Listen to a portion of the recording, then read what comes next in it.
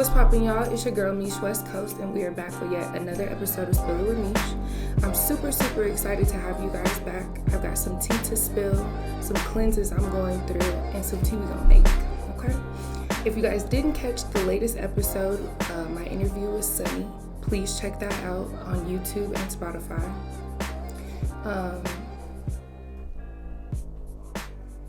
Today we're diving into something deeply personal and transformative.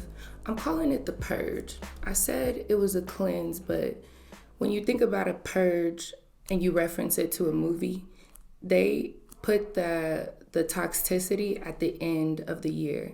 They had a year quarter for this, so that was their version of cleansing. We're not gonna be that toxic though. We're talking about what it takes to reset your body, your mind, and your soul, while I share my personal experiences and the steps that I've taken to level up in every aspect of my life. I'll also share some real moments about my lupus. I'll give you guys my little story time about that because I reference it a lot, but I don't really deep dive into how it felt for me to be diagnosed with lupus. I cut out a lot of things, just like meat, sometimes personal interactions. I had to cut off people, but it was all a part of the cleanse. So we are going to get right into that. But first, we're going to start with our drink of the night. So we are going to be making a Spill It green tea twirl. So in honor of my purge, I'm introducing one of the first things I let go, which was the alcohol. But don't worry, this drink is really good, so you won't miss it. Like I said, it's called the Spill It green tea twirl. So I have some green tea. I steep this myself. Don't buy a Lipton green tea. Go get this, like steep it yourself. So I'm just going to pour in my green tea. I like a lot of green tea, so there's that. I have a cinnamon stick. I like cinnamon, so I'm gonna do 2. I've got some vanilla extract, just a capful for taste. Oh, I didn't open this. Don't tilt it too much to the side. It's open? No, spill it. Open this. Or maybe it's, yeah, your nail. And then I got a lemon. I don't know nails. More cinnamon. Cinnamon is anti-inflammatory, so again, use your cinnamon. A capful of vanilla extract for taste. And you give it a twirl. I add my ice at the bottom last because, like, as you can see, the cinnamon doesn't like dissolve well. So I'm gonna stuck to your ice. Spill it with Meesh. Further spilling. Okay. So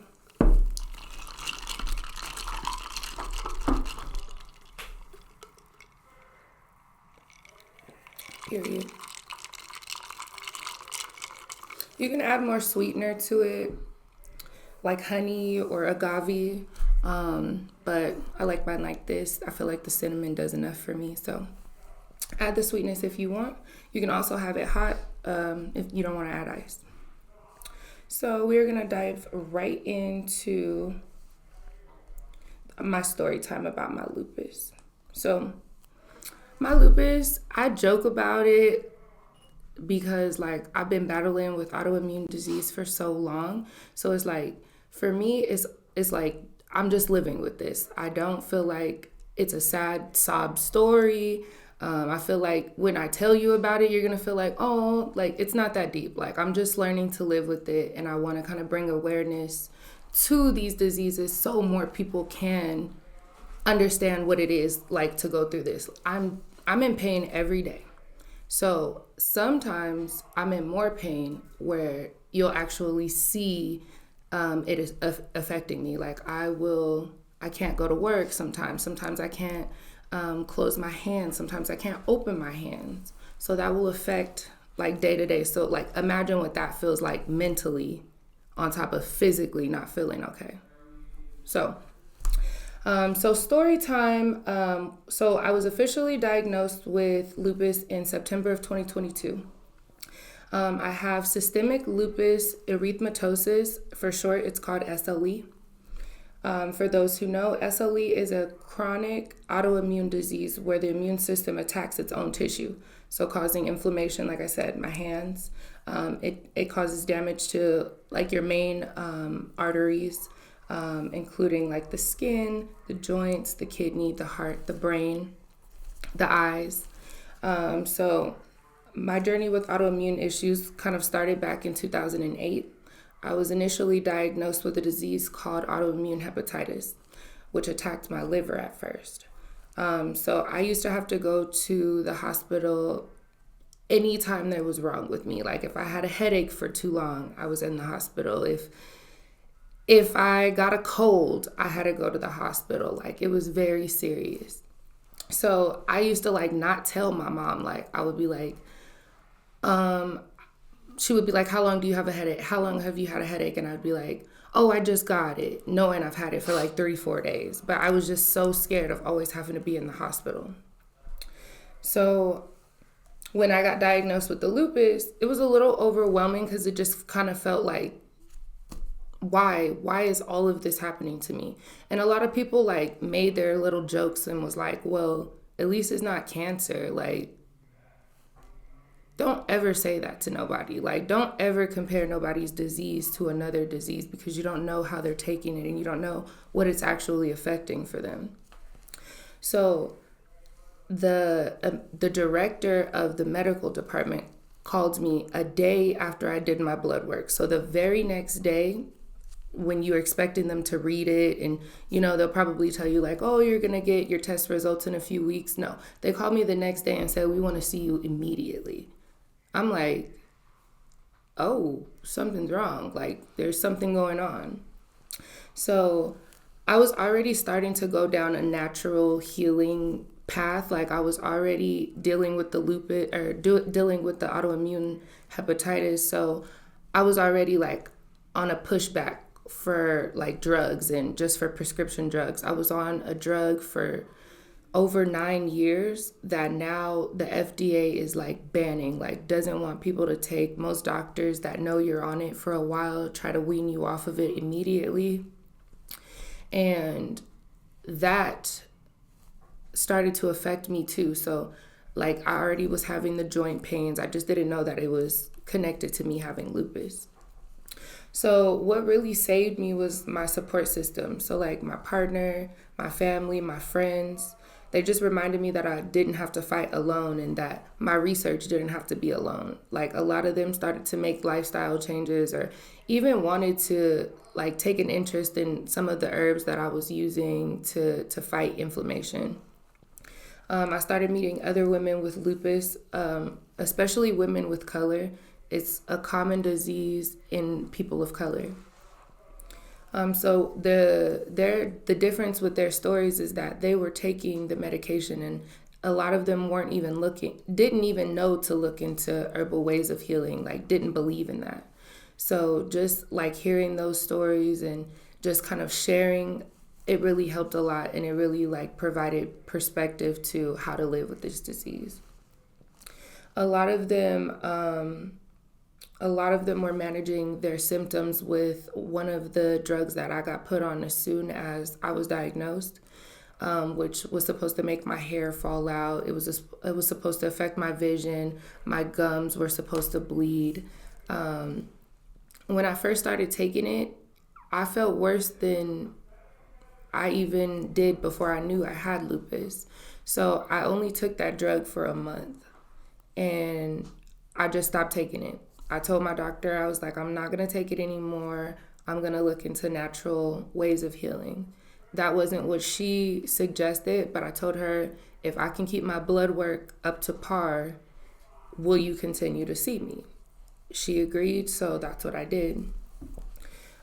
So I managed the flare-ups so that's why the cinnamon is a key ingredient. So cinnamon, turmeric, ground ginger, staying away from dairy. I have to stay out of the light a lot because that will cause the inflammation. But I've been able to manage a lot of my inflammation symptoms with just herbs. So that's why, again, like this purge, this cleanse, a lot of that was really important, because you get older and you fall off of things that aren't just natural routine, or it's not your natural lifestyle. So I know about the herbs, yes, but do I want to take them every day? Do I want to do the extra steps every day? No, sometimes I don't. Sometimes I get so tired to where I want to be normal. I want to just wake up and just go. But you just have to make these like adjustments into normal lifestyle. So my next experience was cutting out meat. So cutting out meat has changed a lot for me. I always really wanted to kind of start being more like vegetarian, essentially raw vegan. But it's just like mind over matter. I used to be like, I'm always want a chicken wing. I'm always still want a piece of turkey. But I got to a point where it was making me sick. Like every time I would eat it, like even chicken wings, it was just making me sick. And I was like, something has to change. Like my body doesn't like it anymore. And it was crazy because I was like praying to like let these things go, like praying because I knew that it would help with battling the other parts of the inflammation or the brain fog. That's another symptom of having lupus. I mentioned it attacks the brain, so you go through a lot of brain fog. So since removing meat from my diet, I've noticed like my iron levels. Normally I'm super iron deficient, like I'm always cold, I'm always tired.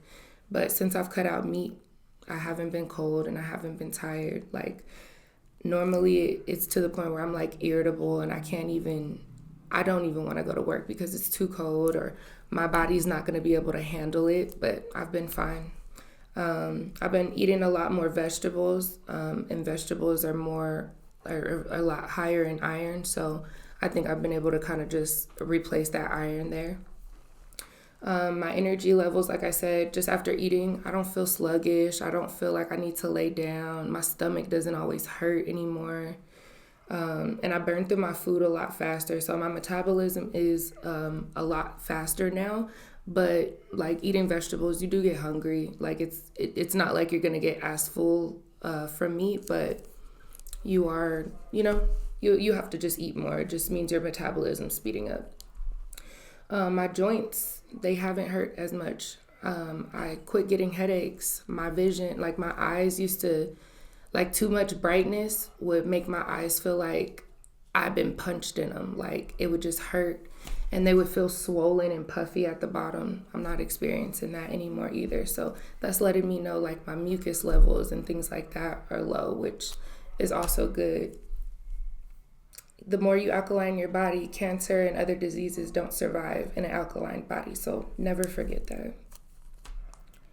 So like these changes really just have made me proud, just noticing like the difference from the prior trauma to the body and like what the food was doing to me, to notice now that it's not doing that. I'm gonna stay away from meat. Like I'm not eating no seafood. It's okay. Like my body doesn't want it anymore. I'm seeing the benefits of not having it. So to each his own, but this was a vital point in this purge cleanse for me.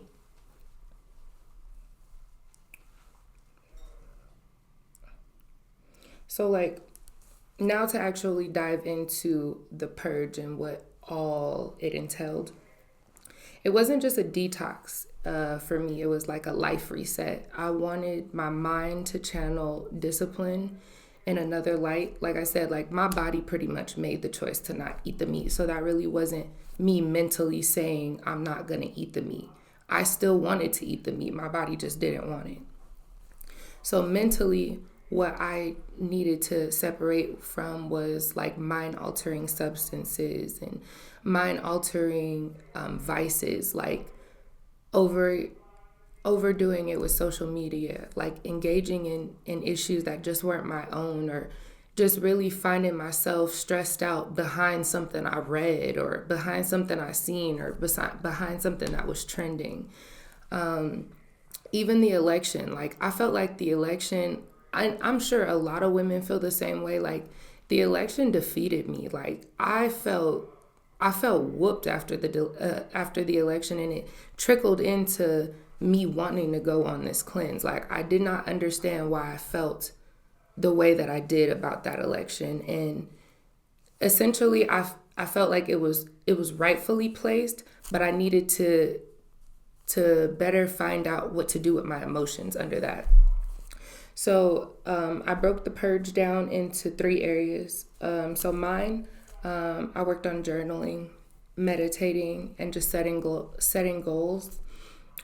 Just properly planning as well, just taking those extra steps, even if it's gonna cut into maybe I don't get to go to sleep at exactly the time that I set for myself, but essentially just making sure that I prepared better for the next day.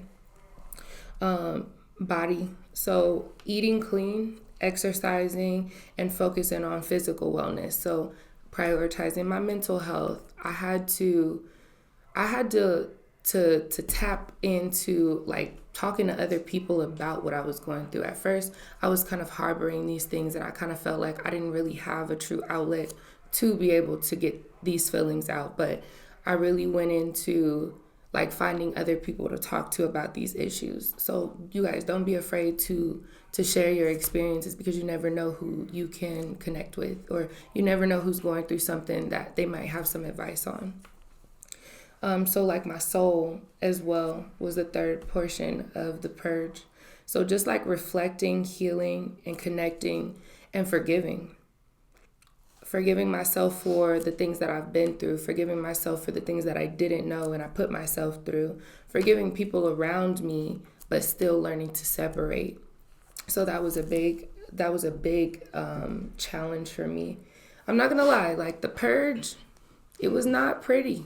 Like, it was not, and it hasn't been easy. Like, to just stay disciplined, to not want to really lash out. Like, you're going through a bunch of emotions, and I already was full of emotions that I didn't know how to get out. So cutting out things that I felt were my vices, and now going into like now figuring out what to do with them. Like, it was rough. Like, I'm not gonna lie, like, the first couple days I just cried. I was mad.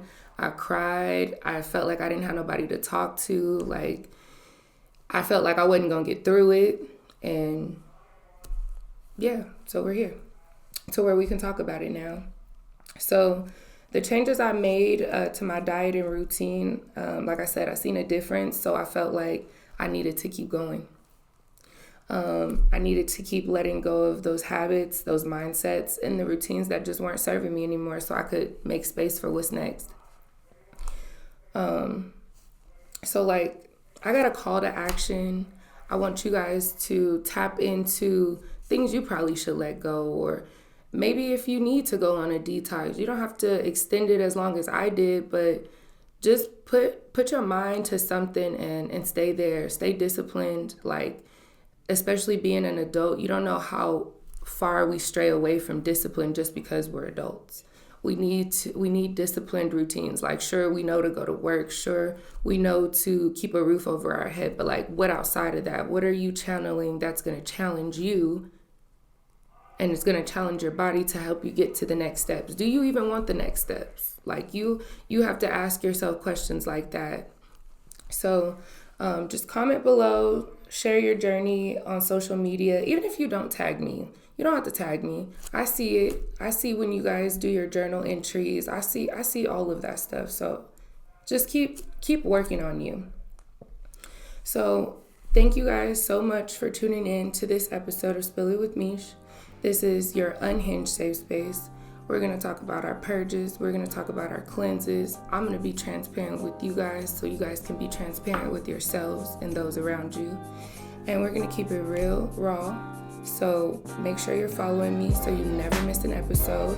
Link is in my bio. Until next time, stay disciplined, stay motivated, and as always, love Meech.